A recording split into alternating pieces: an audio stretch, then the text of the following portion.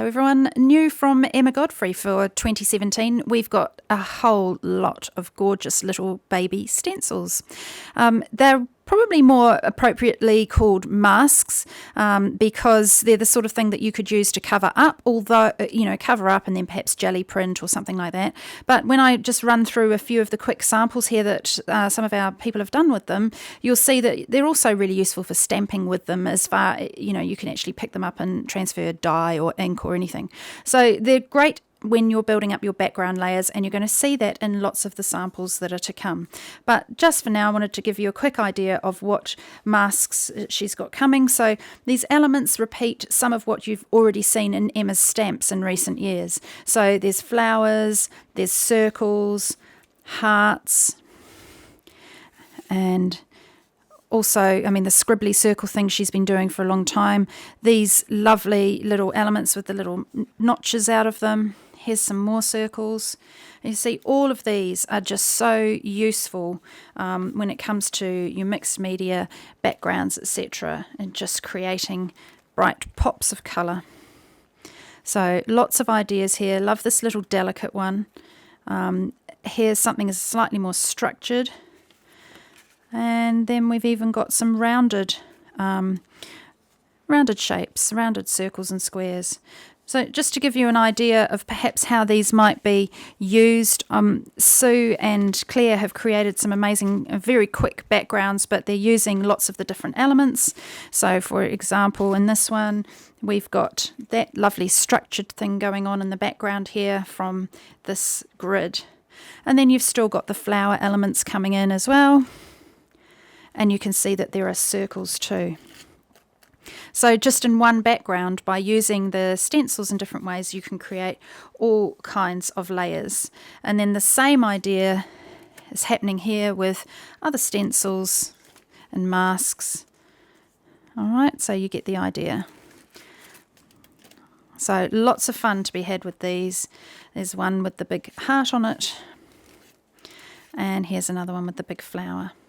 So those are intended as backgrounds, and then, for example, this might be something that you could do to finish it off. And that leads me quite nicely into showing you the new stamps that Emma has.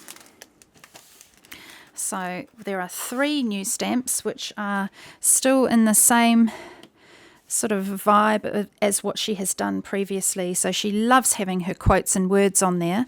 And then there are other mark making elements on the stamps as well.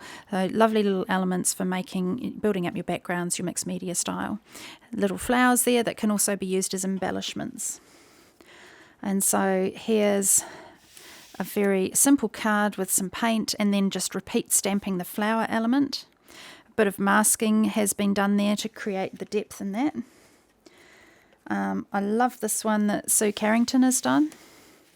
So she's just created, in the background you can see little snippets of the masks there, and then the flowers, and the colour scheme's just gorgeous, isn't it, with the plums and the pink shades. And here's another one, just again using the flower, this time cut out, layered up. Or even perhaps something as simple as this, which is what Emma's made. Now let's go on to the next set. So this one has got the circular elements which Emma's already been using in other stamp designs. So it's a continuation, and all of her stamps are designed to work together. And there we have some samples from her. So they're more sort of ATC sized little samples. This one's by Claire Snowden. And then we've got another one here by Emma. And then the final set is set 24. And this one's got the dragonfly on there. And again, you can see how Sue has used the mask in the background and added depth by adding colour over the top of that. There's a beautiful sample by Claire Snowden. So she's put the wings of the butterfly on acetate and a little bit of sparkle underneath. And then we've got this one here by Sue.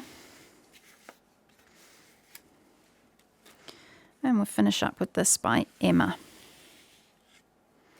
So I'm sure whether it's the masks that you're drawn to or the stamps or perhaps a combination of both, these are going to be really useful additions to your craft stash, and I'm sure if you're a jelly plating enthusiast, you will really get into those masks. Okay, we'll see you again here soon, and remember all of these products are available from your local PaperArtsy stockist. Just go to the blog post that's linked in the description of this video and you'll find your way to a stockist somewhere near you.